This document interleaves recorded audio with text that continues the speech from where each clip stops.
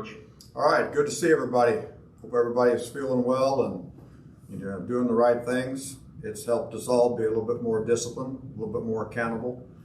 It's been fun to get back in the building, back from, July 20th, 21st, when around there. I think it was the 20th when I was back in the building, and to get a chance to get started.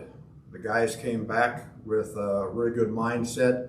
Been very, very impressed with what they've taken care of in the off season on their own. They've done a good job with that too. They've paid attention and listened to the things that we were talking to them about in all May and June and throughout their off season about the accountability of showing up on time and accountability of showing up in shape. I think Justice Gregg and his group have been doing a great job of continuing on with that aspect of it. One of the things that was discussed back in the 2011 lockout, and I was probably the biggest culprit of this, but I was tracking all the different injuries and things that came out of not having an off season with these guys. But back when I first started, back in the late 80s, early 90s, we never had an off season in it either. We just had a mini camp, a 3-day mini camp, and we took off and showed back up in training camp with the guys, and you took off. But we've done a good job. I think the agreements of getting an acclimation phase, getting these guys back in here and together, pushing them in the right conditioning processes. Mentally, they're really, really a good job right now. We've had more meeting time than I've ever had in my career with these guys, and they've been very receptive to that. But likewise, once we were able to start getting back out on the grass, they were energetic and very happy to be back into the routine of being out on the grass. The guys that have been with us for a year, they're in that leadership mode, and they're doing a really good job with even the veterans that have come in here for the first time and all the rookies that have come in here for the first time. Behind the scenes, our veterans have been doing an outstanding job. And not only behind the scenes, but once we get into the daily routines of the meetings here now and training camp and the practices out on the field, they've been doing a good job.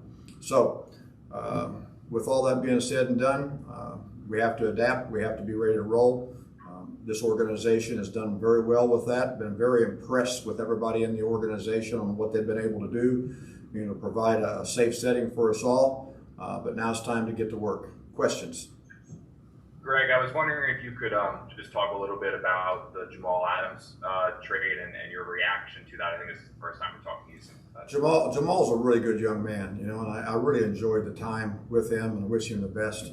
I let him know that, about that situation. But, I've been doing this a long time. I've been through a lot of these kind of scenarios before, and now the focus and energy is here, and the young men here, and the teammates here. So everything is good, and wish him the best, really do. Greg, when sort of along the same lines, when we spoke to you at the end of June, you had a lot of nice things to say about Jamal and a lot of good things to say about CJ. Now you're entering a season without either one of them in your defense. So how big a blow is that to your defense? They're two very good players, and how do you adjust to life without them? Been through those situations before too, and I think that that comfort level of the other players and seeing the responses and how we've reacted to that in other places, but even here, we went through a lot of that defensively here last year, and the next man up and how we adapt to those things. And the focus and energy right now is on that and on those things, and the energy is outstanding. The attention to detail is outstanding, and we got to stay healthy. That's every team. It's not just this team. But I think one of the things that doesn't get maybe understood as much as it should be is those teams, those staffs that are able to do that within the game. You see that when all of a sudden something happens within the game, and the immediate changing of game plan, the immediate changing of substitution patterns and all that kind of stuff. We've been around a long time, this staff has. I've been very, very impressed with how hard they've worked. And now getting back in here, the excitement that they have of day-to-day interaction with their guys physically, in the drills and all that type of stuff. It's been very good. But this staff, I don't have to worry about, you all don't have to worry about not being on the same page. These guys, many of them played for me before they got into coaching, and all the rest of them have been coaching with me for quite a while. So there's a very good message on how we have to go about doing things, and we're with these guys here right now, and they're responding well. Hey, Gregg, along those lines, you've got your entire staff together, and all as a lot of these guys have been with you, whether they've been players or coaches for a while. The rest of the Jets you got all your coordinators, all your guys together. There's a lot of teams that don't have that. They've got new coaches, new quarterbacks, etc. With this situation with COVID and whatnot, with so many fewer practices, no preseason games, can you guys use this to your advantage? The continuity factor, where you've got your entire group together, and can you use this to an advantage? We hope, and that's a very good message on how you spell that out. And I have spelled that out. If we're any good, we're supposed to be able to take advantage of that, and that is our responsibility. But also, the angst that other people may feel on some of those newly formed staffs or newly formed teams, the angst comes from maybe never ever doing it before in that position, maybe being again, promoted to a certain spot in the league, and you find those guys bounced all of a sudden because they didn't belong there at that level anyway. If we're any good at what we're doing, if we're any good and supposed to belong at this level in the league, we should be able to adapt. We should be able to improvise, and the more experience with those things helps out in the confidence of those around you. Everybody's a leader. We've got really good leadership in this building. We've got really good leadership on the team. And how you go about being a good leader is providing a good positive example. When you promote and show that positive example, then when you do open your mouth, then maybe somebody listens to you.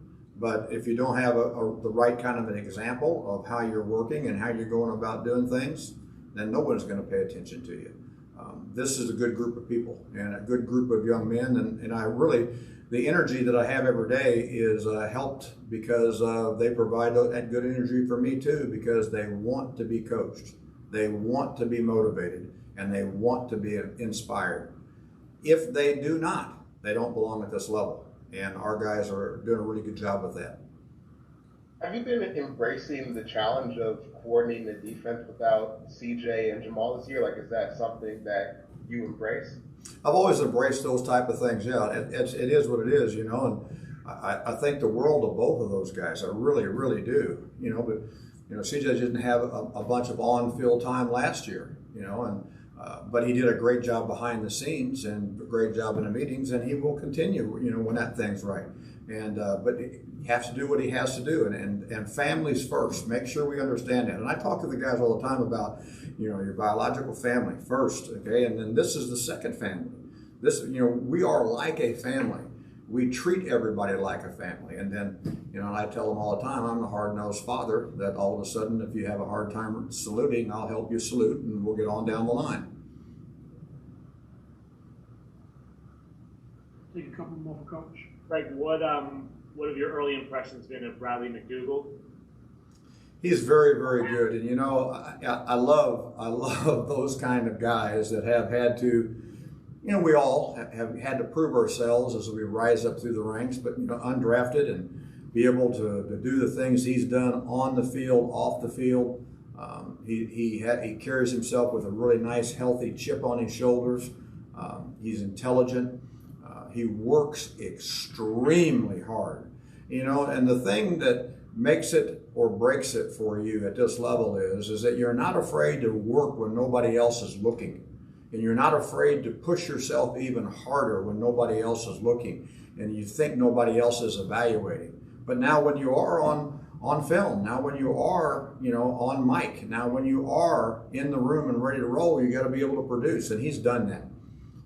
And there's a lot of people in that organization up there that, I'm friends with, acquaintances with, not only the coaching staff, but within the building and other departments. And, you guys know, the PR director there, Dave Pearson, and I started way, way, way back together at the same time in the Oilers back in 89 and 90 together. So Dave Pearson had great things to say about him to me. So we double check those things as they double check the things, when some of our guys go there. And he's done very well.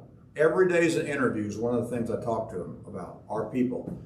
Them to me to them. And he does a very good job of that. Greg, do you very different player from what Jamal was, and do you have to kind of change the way you use your safeties because of the switch? No, it really doesn't, because of, we're very multiple in how we do those things anyway.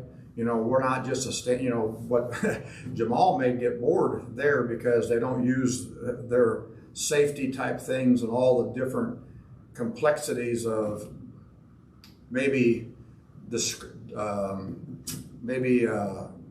not showing what they're doing as much as we do. We'll do still the same patterns of things. We'll still do a lot of the same exact things, but we'll highlight the people we have here. And as you saw, what we did there is that he had maybe his most productive year here because of how we highlighted the skill sets that he's had. And I've had a lot of really, really good guys at that position. Over the years, I've had a lot of really good safeties to be able to build things around. And now it's the next man up. We'll fit them into here, and we've got some good skill sets here that we can capitalize on. Greg, it's Kim Jones from NFL Network. It's Kim Jones from NFL Network. Do you have a sense yet of what Ashton Davis can do early in his career here? Have gone all the way back into his high school film. Okay, we've done all those type of things and film in college. But again, there's another guy that's had to prove himself. And I love the fact that he had to walk on and had to do everything he could to get a scholarship and get some time, at the college level to play. But he's done very well in everything we see. He's going to have to slow down mentally, and that's what happens when any young guy comes into our league. We're not, and this league is not one of those things where you just do a couple of things and let them go. We have to do more than that to be able to mask some of the deficiencies, to be able to pose more problems to the opponent's offenses and the matchups there. But he is a sharp guy. He's very sharp mentally. He's extremely hardworking, and he's got a very good skill sets. Not only, defensively, not only can the guys play defense, but we've got to do a good job with selecting the guys on the roster that also contribute into special teams. And he does a very good job with that. If you can play special teams in the National Football League at a high level, you definitely can play defense in, because you're not handling as much space. You're not handling as much movement of things. And our guys understand of how they have to impact in that area too. And, he does a good job.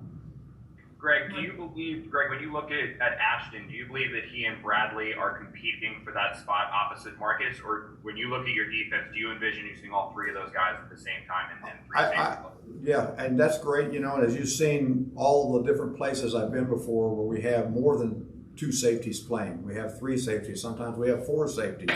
Last year, as you saw, Brian Poole, again, not enough people understand what he's able to do from playing outside corner, inside safety, and then he even played the linebacker position, on how we played him in certain situations as a linebacker. But all those guys, those three guys you mentioned, yes, they're in the hunt, but there's several other ones here too that are in the hunt. And, last man standing, next man up, however we can do it the best way, we'll do that. I laugh somewhat, and Adam gets on me quite a bit about this, is that they see more in practices against us than they do opponents, which is good. But, we have 42 packages of defense throughout the years that we've done. Now, what are you saying? Well, we have 42 ways to add up to 11, with 11 guys go out there. Now here, we've only got about 16, 17 things that we're doing with this personnel package. A few of the multiple safety packages, yes, they're up and ready to go. And we'll see how that goes by their performance levels and what they can handle. Greg, you mentioned last one here from JP. Greg, you mentioned before about how Bradley McDougald was an undrafted free agent. The lack of preseason games, does that make it more difficult for undrafted free agents, that type of guy, to make an impact this year? I think if we go back to that question of what was asked early on about the new staffs all of a sudden coming in there. If this was, and if I was here as a brand new staff and have to evaluate all the guys we had a chance to to coach last year and this, yes, that could be, but not here. Not with the experience of this staff. I smile a little bit about that when people say those things, because you think all of a sudden in a preseason game you're doing something differently than you do in practice every day. You know, we need to ramp up the speed of practice. We ramp up the speed of practice, and all of a sudden we got a preseason game every day. Every single day of the film, plus you're getting even more instant impact of knowledge of the situation through the meetings immediately. So we'll more than have enough time to evaluate any of those guys on how they fit in with the guys we already have, because we've been to battle with the guys already here. Thank you, Coach. All right, you guys, hey, enjoy your day. Continue to be safe. It's not over with yet. Okay, and I look forward to seeing you guys after games too. See you later.